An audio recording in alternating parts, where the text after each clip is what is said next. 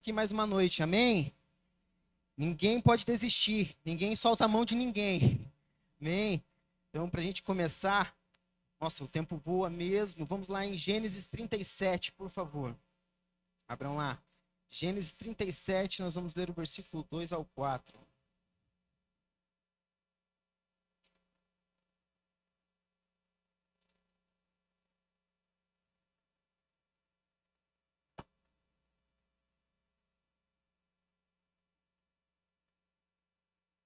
Amém? Acharam?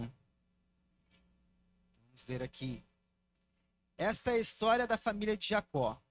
Quando José tinha 17 anos, pastoreava o rebanho com os seus irmãos. Ajudava os filhos de Bila e os filhos de Zilpa, mulheres de seu pai. E contava ao pai a má fama deles. Ora, Israel gostava mais de José do que qualquer outro filho, porque lhe havia nascido em sua velhice. Por isso mandou fazer para ele uma túnica longa. Quando seus irmãos viram que o pai gostava mais dele do que de qualquer outro filho, odiaram-no e não conseguiam falar com ele amigavelmente. Amém? Então, feche seus olhos, vamos orar. Deus, nós te agradecemos, Pai, e te louvamos por mais uma noite. Nós te pedimos, Deus, continua falando aos nossos corações, Deus, continua nos moldando, continua nos capacitando, Pai, para entender os seus propósitos em nossas vidas, Deus. Fica conosco nessa noite, Deus, em nome do Senhor Jesus. Amém, graças a Deus. Pode se assentar. Só porque a pastora Cleonice falou que não gosta. Mentira, ela é uma fofinha. Mas olha para o teu irmão aí e fala assim, ó. Desistir não é uma opção. Não é uma opção. Glória a Deus, chegamos hoje no dia 9. Já estamos mais perto do fim do que estávamos, certo? Mais perto do fim do que no começo. E chegamos no mês de setembro, o mês mais maravilhoso do ano. Eu vou te dizer por quê. Que foi o mês que eu nasci. E por incrível que pareça, eu nasci 9/9. Então, irmãos, eu estou te falando no dia 9 de janeiro, que o meu aniversário é 9 de setembro. Vocês têm 9 meses para comprar um presente para mim. Amém? Amém? Ó, o irmão pegou a chave ali. Vocês têm 9 meses, viu, para me dar um baita de um presente. Mas antes de começar a pregação, eu queria contar um testemunho para vocês. Primeiro, eu conheci Jesus aqui nessa igreja lá em 2010, no finzinho de 2010. Eu tinha meus 15 para 16 anos, eu encontrei Jesus aqui. E minha primeira campanha dos 12 dias foi em 2011. Só que eu nem lembro o que eu pedi, eu confesso. Mas eu conheço uma mulher que orou com tanta força que queria um marido, que ela conseguiu, porque em 2011 eu conheci a Anne e a gente começou a namorar. Ela orou com tanta fé, ô mulher de fé. Ela orou com tanta fé que aí nós começamos um propósito. Namoro não é perca de tempo, gente, nem enrolação, viu? Mulheres, se valorizem. Se nunca falaram, se o seu namorado ou aquele que você procura nunca falou para você que quer uma família, larga dele e procura alguém que te mereça. E a minha esposa, lá naquela época que era só minha namorada, ela já falou a real para mim, olha, ela já era líder de jovens. Eu não quero perder tempo, não. Então vamos se coçar aí. O namoro para mim é para casar, vamos casar. Ela queria casar já naquele mês mesmo, brincadeira. Brincadeira, tô forçando a amizade. Mas enfim, em 2012, na campanha de 2012, nós oramos que nós precisamos então para casar, nós precisávamos de uma casa. Em 2012, irmãos, eu tinha 17 anos na minha campanha de 2012 e eu orei para o Senhor com ousadia que eu queria uma casa. Tinha recém começado a trabalhar. E em dezembro de 2012, nós voltamos com a chave da mão aqui da casa. Deus fez um milagre, um sobrenatural, sem a gente alegar que a gente era casado. Enfim, Deus fez da maneira certa. Mas o mais incrível é que naquela campanha de 2012, eu estava bem ali onde estava a pastora Lúcia. Na verdade, toda a igreja era só ali onde estava a pastora Lúcia, que era um toquinho. Nós estávamos ali, Deus usou uma pastora que a gente estava orando assim, e falou que estava entregando uma chave na nossa mão. E naquela campanha, Deus nos abençoou com a nossa casa. Em 2013, eu fui mais ousado. Deus, você me deu a casa, mas agora se vira para o casamento, porque eu continuo sem dinheiro. Agora eu estou mais pobre ainda, porque eu tenho que pagar a casa. Em 2013, Deus usou pessoas maravilhosas aqui dessa igreja, que nos abençoaram com o nosso casamento. Pessoas que chegaram para nós e falaram, vai lá escolher o sofá, vai lá escolher a cabeceira, vai lá escolher o guarda-roupa do jeito que vocês querem. A gente ganhou toda a mobília da casa, nós ganhamos todo o nosso casamento. Até a meia que eu usei no dia, porque eu deixei para... Não, essa tá, a Anne quer me matar ainda até hoje. Eu pensei que eu ia servir no terno que eu usei no casamento da minha irmã um ano antes. Chegou no casamento, uma semana antes, eu vi que eu não servia naquele terno. Era o meu casamento. E aí eu fui lá alugar um terno, né? Parecia que o defunto era maior no meu casamento aí, porque o terno ficou grande. E daí, na hora de pagar o terno, o Rodrigo ainda falou assim, não, é meu presente. Então, até o meu terno e a meia, Deus me abençoou naquele ano. E aí foi, depois nós começamos ITQ em 2014. E eu lembro que meu pedido de 2016 era só concluir o ITQ. Tava muita loucura, tava muito difícil, recém-casado, e eu precisava concluir. E naquele ano nós concluímos o ITQ. E a nossa oração de 2017, Deus, nós continuamos apertado, agora a gente tem que ir lá. Em Foz do Iguaçu não tem dinheiro. E Deus foi lá e nos abençoou. Em 2020, pandemia, todo mundo passou apertado, todo mundo levou um susto, muitos perderam seus parentes, nossos entes queridos. E para mim e para a Anne foi o pior ano da nossa vida, não só pela pandemia, mas ali nós enfrentamos nosso primeiro luto. Onde nós já conversávamos muito desde que nós casamos, antes mesmo de casar. Nós falávamos que nós queríamos entrar na fila de adoção. Nós queríamos ser pais por adoção, nós tínhamos isso muito claro no nosso coração. Naquele ano nós entramos na fila de adoção e infelizmente não deu certo o processo de adoção. E por que foi um baque para nós? Primeiro porque perdemos um filho, e segundo porque naquele ano era pandemia, o que nós amávamos fazer era estar dentro dessa igreja. Era sábado, domingo, sexta, todos os dias nós estávamos aqui. Então, além do luto, nós não tínhamos nem a igreja para nos abraçar, não podia abraçar. Então foi o pior ano da nossa vida. Eu lembro que nós ficamos foi bem ali em abril que não deu certo, que foi o nosso primeiro luto. A gente ficou até setembro. Viu que setembro é um mês bom? Deus me deu um presente em setembro daquele ano, viu? Deus está tocando seu coração para chegar a setembro. E eu lembro que só em setembro que a gente se olhou e falou, o que você acha? A gente vai sair da fila de adoção, nós vamos tentar ter o nosso filho biológico. Só em setembro que a gente conseguiu voltar a falar sobre paternidade de volta. Porque para nós foi uma dor muito grande. E a gente decidiu que ia continuar na fila de adoção, porém nós iríamos mudar e que se fosse da vontade de Deus para nos adotar, teria que ser um bebezinho, que a gente sabe que para uma fila de adoção, para você adotar um bebê, principalmente recém-nascido, leva de 8 a 10 anos. Depois, se você quiser saber um pouquinho como funciona o processo, procura a Anne ali que a gente te explica. Mas leva de 8 a 10 anos. Então, quando a gente falou sobre isso, a gente já sabia que era mais ou menos impossível aos nossos olhos. Para o nosso coração que já estava machucado. Nosso coração que já estava dolorido e talvez que a gente já tinha até desistido de tentar. Mas eu lembro que eu fiz oração para Deus e a gente orou, enfim. Uma semana depois, o cartório, o fórum, ligou para a gente e falou assim, olha, tem uma moça que ela está grávida, ela já decidiu que ela não quer o bebê. E como é um ano de pandemia, vocês foram o último casal habilitado e vocês são o próximo da fila. Vocês querem? Fazia uma semana que eu e a Ana a gente tinha conversado sobre isso. E eu lembro que na campanha de 2021, meu único pedido, eu coloquei naquele que desse certo, porque talvez eu não aguentaria mais muito. Eu não queria ter mais uma esperança de ter um filho e de não dar certo. E daí eu lembro que a gente foi viajar depois da campanha, a gente foi pra praia, eu muito confiante. É igual quando eu vou fazer compra, irmão. Eu olho pra Ana e falo assim, ó, vai dar só 100, torcendo pra que tem que torcer positivo. E eu lembro que voltando da praia, foi eu, minha mãe, a Anne, a minha sogra, enfim. Voltando, tava eu, minha mãe e a Anne no carro. A gente falou assim, ó, esse vai ser a nossa última viagem só, gente. A gente vai voltar e Deus vai mandar nossa filha. Dia 25, a Rebeca nasceu. O presente da nossa vida, o amor da nossa vida. Meu Deus, a Rebeca é tudo pra mim. E no dia 27, ligaram pra nós e falaram assim, ó, nasceu o bebê. Venham aqui no hospital pra conhecer, mas... A genitora ela tem direito de desistir de entregar a criança de adoção durante 10 dias até o nascimento.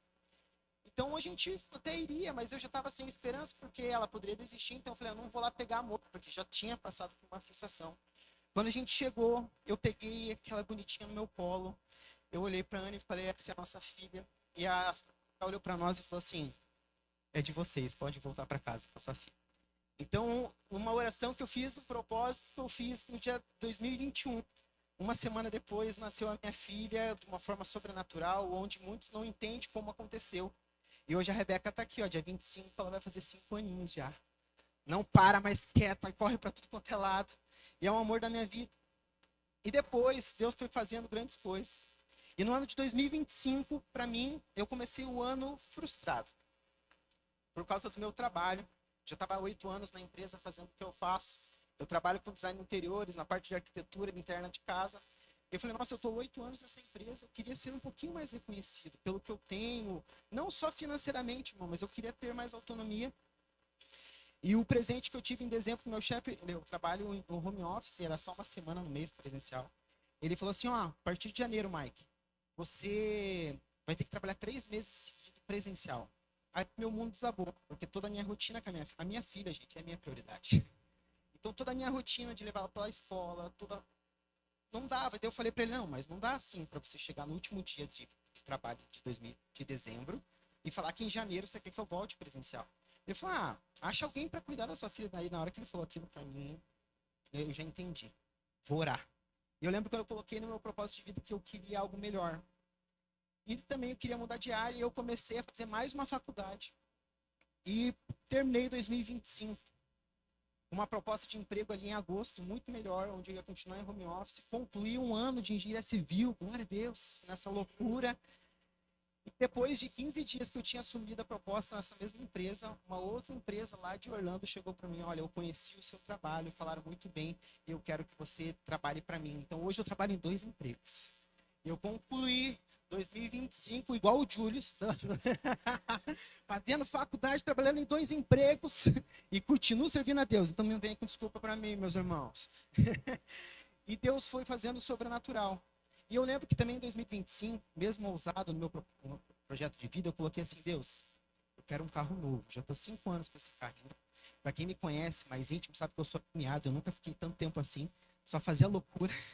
Mas eu estava seguro porque a minha segurança era minha esposa. Falava, você não vai trocar de carro. E eu orei para Deus. E eu falei, Deus, eu vou trocar de carro se o meu carro tiver isso, isso, isso. E tiver pelo ser prata ou branco. Em novembro nós trocamos de carro. Todos os opcionais que eu tinha colocado. Então, Deus fez o sobrenatural na nossa vida. E por que eu contei tudo isso desde lá de quando eu vim com 2010? Porque tudo que eu confiei no Senhor, tudo que eu escrevi nesse papel, talvez hoje você chegou aqui e fala, nossa, mas Deus, será que não é perca de tempo? Será que eu não estou aqui no 9º dia, ouvindo, eu nem sei mais que pregou ontem, mas será que eu não estou perdendo tempo? Meu irmão, por experiência própria, você não está perdendo tempo. Quando você confia no Senhor, Deus, ele cumpre as promessas que faz na sua vida. Mas não é fácil, não vem de mão beijada. Eu pedi para ser reconhecido, Deus me deu 2 empregos, falou, vai trabalhar. Ele não me deu só reconhecimento, ele me deu muito trabalho. Então, você vê também que eu vivi um luto nesse meio processo, até chegar à minha maior vitória, que é a minha filha. Acima da casa, do carro, de tudo isso que eu falei para você, a minha filha vai ser pro resto da minha vida o meu melhor presente que Deus pode me dado e confiado a mim cuidar de alguém. Mas você viu que antes eu vivi um luto. E é sobre isso que eu queria falar com vocês, não sobre o luto, mas sobre desistir nunca vai ser uma opção para nós. Principalmente você que se diz crente, você que se diz que confia no Senhor. Porque a vida, ela não é só daqui para cima, só foguete, né? Até foguete está dando ré agora. Não é um moranguinho. A vida não é tão simples, não é tão fácil, não vem nada de mão beijada. Eu gosto, uma vez eu vi uma pregação, eu não sei se até o pastor Eduardo já falou isso, eu acredito que ele já tenha falado sobre isso, que quando está tudo estabilizado, quem já assistiu Grey's Anatomy, aquelas séries de médico, eu consigo fazer uma cirurgia aqui, irmão. Com tanto que eu gosto daquela série. Você percebe que quando os batimentos cardíacos, ele fica assim, né? Pi, pi. Quando para e fica reto, irmão, já não tem mais vida. Você percebe que é alto e baixo, alto e baixo. Meu irmão, a nossa vida só vai normalizar quando a gente estiver na glória. Enquanto a gente estiver aqui, vai ser esse sofrimento, alto e baixo. Confia no Senhor. Deposita no Senhor a sua confiança. Mas agora que eu já falei tudo isso, já passou muito tempo, eu vou começar a pregar lá em Gênesis. Mas eu acho que é importante eu falar de tudo isso que Deus fez na nossa vida, porque nos edifica e vê que Deus, ele sim cumpre as suas promessas. Deus, ele sim faz, ele escuta o nosso coração, desde que permanecemos fiel. Mas vamos lá para José. José é o filho mais novo, mais amado de seu pai. Quem é filho mais novo aqui? Eu sou filho mais novo. Eu sei que eu tive as minhas mordomias, eu sei que eu tive as minhas vantagens, enfim. O filho mais novo, ele é sempre mais mimado, ele é mais cuidado. E José, além de ser o mais novo, ali a palavra de Deus, a gente começou a ler ali, ele tinha 17 anos, além dele ser mais novo e ter todas as suas mordomias, ele também era justo, ele era correto, ele era fiel ao Senhor. E os irmãos, pelo jeito, pelo que nós lemos ali, os irmãos não eram fiéis. Os irmãos vacilavam bastante, e José, por ser justo, ele chegava para o seu pai. Se fosse na linguagem de hoje, José seria o cagueta dos irmãos. José entregava os irmãos e falava para o pai: olha, eles são mal falados aqui, porque eles não são fiéis, porque eles fazem coisas erradas. E daí Jacó, com a sabedoria, né? Ou sabedoria que Jacó teve, presenteou só o filho mais novo com uma túnica colorida, bem discreta, e falou assim: você é o filho da minha velhice. E presenteou ele. Então os outros irmãos ficaram revoltados. E talvez para muitos você pode até dizer assim, mas com razão, né? Ele é o mais mimado, ele tem tudo, só ele ganhou a túnica colorida, só ele ganhou os presentes. Você percebe que quando Jacó pede, quando começa a acontecer a história ali, Jacó fala para José: vai ao encontro dos seus irmãos que estão apacentando as ovelhas. Quer dizer então que os irmãos estavam trabalhando, ele estava em casa. Filho mais novo, suas vantagens.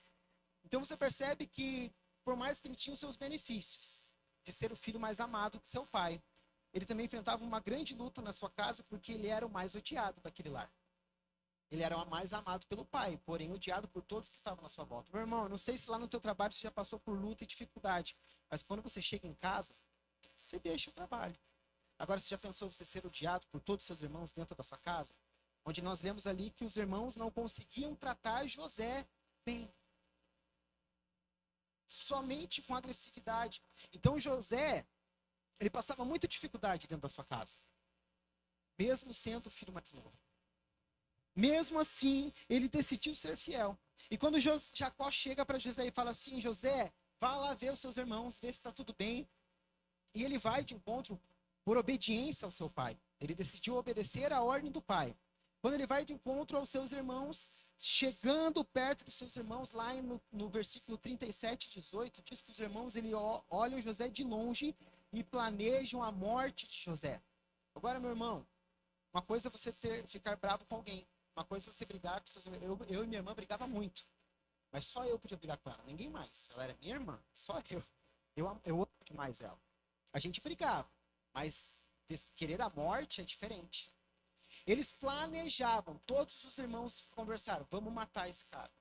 Vamos matar ele, vamos pegar a túnica dele, vamos sujar com sangue. Já tinha todo um plano.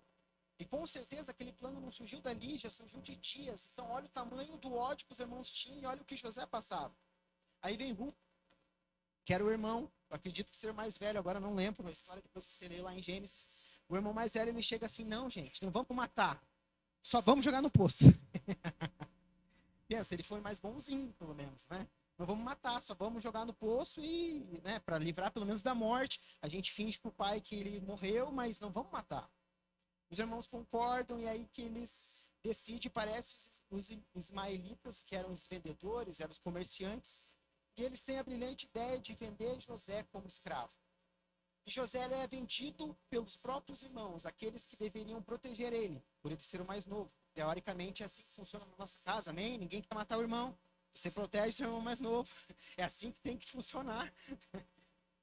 Aqueles que deviam proteger o mais novo, o menor, eles decidiram matar. Não matando, não conseguindo matar, então eles decidem vender como escravo. Agora imagina para José, do filho que tinha tudo, de repente ser um escravo, que não tinha mais nada e nem o direito de ir e vir. Pronto, agora você é escravo. Você tem que fazer o que eu faço, na hora que eu quiser e ponto final. Meu irmão, talvez nós aqui teríamos murmurado e desistido da presença de Deus quando os irmãos já jogou no poço. Talvez quando os irmãos já te tratavam mal em casa, você já falava: por que eu vou servir esse Deus se dentro da minha casa não tem paz? Só que José, ele decidiu continuar fiel ao Senhor e fazer o seu melhor, independente da circunstância, porque desistir não era uma opção. Para José nunca foi. E ele decide ser fiel e ele é vendido para Potifar, e lá como escravo, ele era melhor dos escravos. Lá como escravo de Potifar, ele fazia o que era certo, ele era fiel a Deus, e a palavra de Deus fala lá no Gênesis 39:2 que a casa de Potifar ia para frente, era abençoada. As coisas aconteciam porque a bênção de Deus estava com José. E lá ele se tornou o chefe daquela casa, o chefe dos escravos, e ele passou a morar dentro da casa de Potifar e não mais como um escravo, porque Deus o honrou. E talvez nós teríamos nos acomodado. Pronto, eu já cheguei no ápice. Agora eu já consegui ser o chefe dos escravos. Eu já perdi minha família, mas agora então pelo menos eu sou o chefe aqui.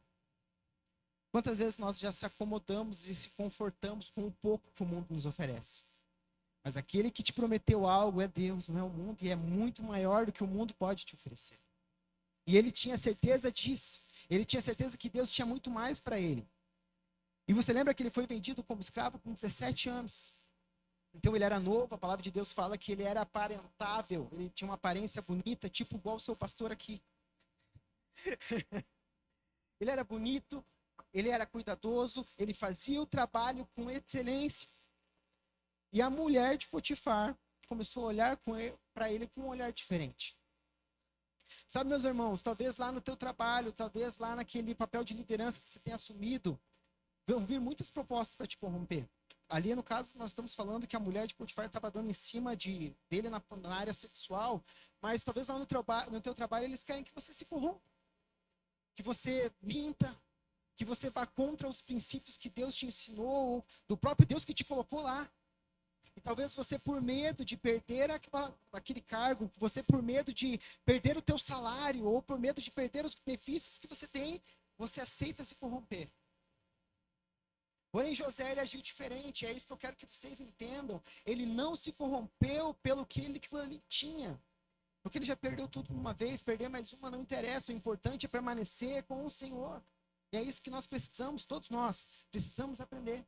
E mais importante, ter a presença de Deus na nossa vida do que qualquer bem que nós possamos possuir. Até porque, meu irmão, a vida útil aí é o quê? 90 anos. Em 90 fui bonzinho. Mas depois disso já uma hora extra na Terra, não é verdade? E nós estamos trocando uma eternidade por 90 anos. O que é 90 anos perto de uma eternidade? Compara agora 90 dias perto de 90 anos, não é nada. Nós estamos trocando uma eternidade com o Senhor para ter 90 anos bons, corrompidos, vazios. Mas José, ele decide se posicionar e ele fugia daquela mulher até que chega um ponto que aquela mulher, ela aperta ele de uma forma, pensa numa roupa sem vergonha que José usava, porque ele fugiu dela e ela ficou com a roupa do homem na mão. Pensa numa roupinha ruim. E ele não estava nem aí, ele só queria fugir daquele lugar. Ele só queria fugir não porque Potifar ia ver ou porque os outros iam falar, porque, convenhamos, era mais fácil ele se corromper quietinho. Mas é porque ele sabia que talvez Potifar não via. Potifar não via o que estava acontecendo. Mas o Deus que ele servia sabia de tudo que ele estava passando. E ele decide fugir. E ela inventa uma mentira para ele mais uma vez. Ele foi injustiçado. Mais uma vez ele foi entregue. Mais uma vez ele perdeu tudo. Perdeu status, dinheiro, posição, seja o que é que ele tinha. Ele perdeu tudo mais uma vez. E daí eu te pergunto, aonde estava Deus? E talvez você já se perguntou, ou você já perguntou para Deus, aonde está Deus? Porque a minha situação está tão difícil. Eu confesso para vocês que lá quando chegou 2020, que eu tive a pandemia, onde eu perdi amigos muito próximos. Nós perdemos o nosso coordenador de jovens que nós tínhamos, o pastor Wilson, e a mãe dele, a pastora Paula. Nós amávamos muito. E foi bem naquele meio turbilhão, pessoas que nós amávamos morrendo. E eu não questionei a Deus, mas por uns dias eu pensei, meu Deus, o que eu estou fazendo de errado? Eu só quero servir a Ti com excelência e eu estou passando por tudo isso. E é natural vir esses pensamentos. Mas José, ele não estava se preocupando com isso. Ele entendia que ele tinha que ser fiel. E quando ele foi preso, meu Deus do céu, eu preciso terminar e eu estou nem na metade, gente. Quando ele foi preso, lá na cadeia, ele foi o melhor preso. Se é que podemos dizer isso. Ele foi o melhor cara lá dentro, a ponto que os guardas confiaram para ele a chave e deixava que ele cuidava de tudo. Meu irmão, não interessa o que você tem passado no teu trabalho, seja fiel. Vou dizer mais uma vez, crente não enrola no trabalho para ser mandado embora, tá? Ele faz o seu melhor até o último dia. Crente, ele não inventa mentira para faltar ao trabalho, ele vai ser fiel. Depende se não tá ruim, irmão, se tá muito ruim, pede a conta então. Você não tá perdendo nada, Deus ele vai prover algo melhor. Eu sei porque eu já fiz isso. Lembra que eu falei que Deus me deu uma benção? Eu pedi a conta 8 anos de trabalho, porque eu entendi que a bênção do Senhor estava chegando e eu precisava me abrir mão daquilo. E eu não ia fazer um mau serviço, porque talvez eu não estava feliz onde eu estava, que eu não podia me corromper. E José, mesmo preso, ele decidiu ser fiel e, enfim, Deus usou ele para revelar sonhos e esquecer os colegas deles, esqueceram dele, e ele ficou mais um tempo lá preso, até que o faraó teve um sonho que ninguém decifrava, ninguém que não era de Deus decifrava, até que lembraram que tinha um homem de Deus fiel que estava preso e que poderia decifrar aquele sonho do faraó. E aí chamam José e ele decifra, Deus fala, eu não vou contar a história, depois você lê.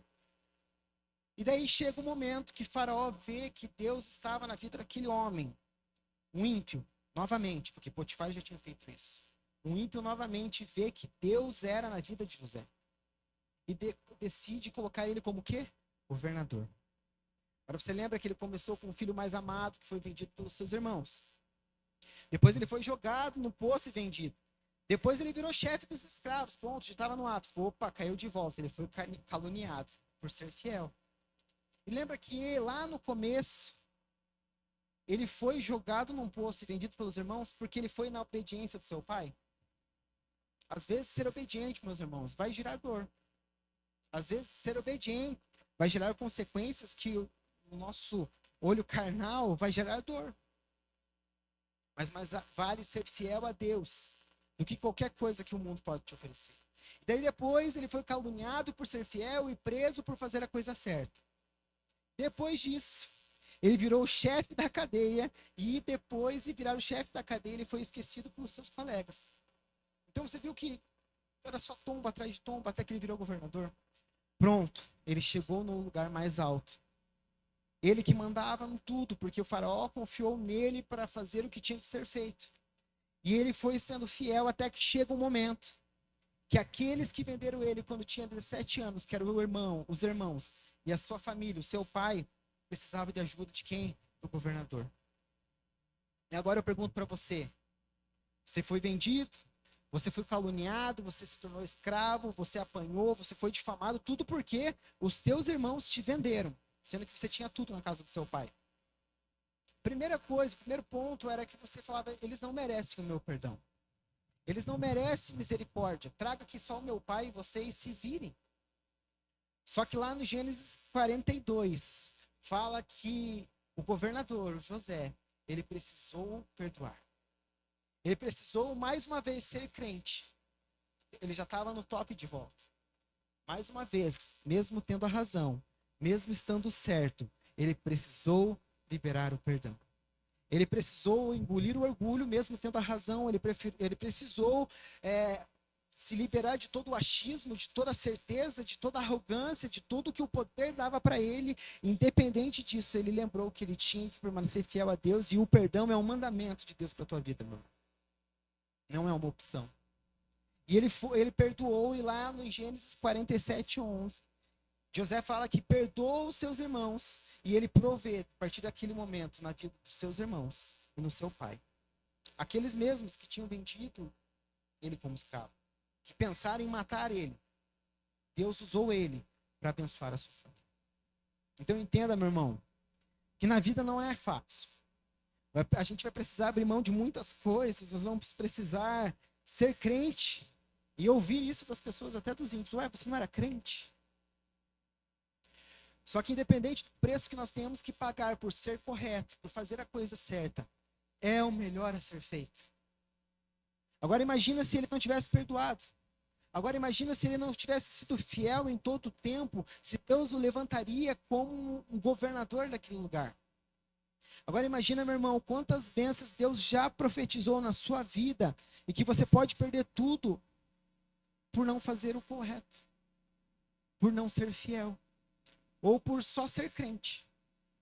Você percebe que todas as decisões que José teve que fazer não era estrelinha, não era mortal, era só fazer o que era certo.